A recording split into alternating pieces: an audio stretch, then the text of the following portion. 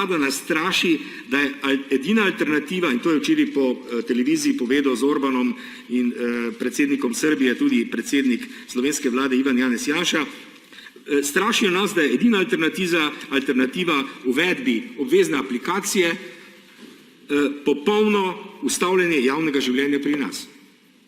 Ne, to ni res. Gre za zavajanje in lažno dilemo. In prvi covid val ni ustvarila avtoritarna slovenska vlada, ki je zdaj na oblasti, je prispevala dosti aktivnosti, ki so pripomogle k temu, ampak ključno je bilo samozaščitno ravnanje državljank in državljanov, ki so spoštovali vse ukrepe in navodila te vlade, in pomembno je bilo delovanje ljudi in javnega sektorja v zdravstvu in na področju domov za starejše.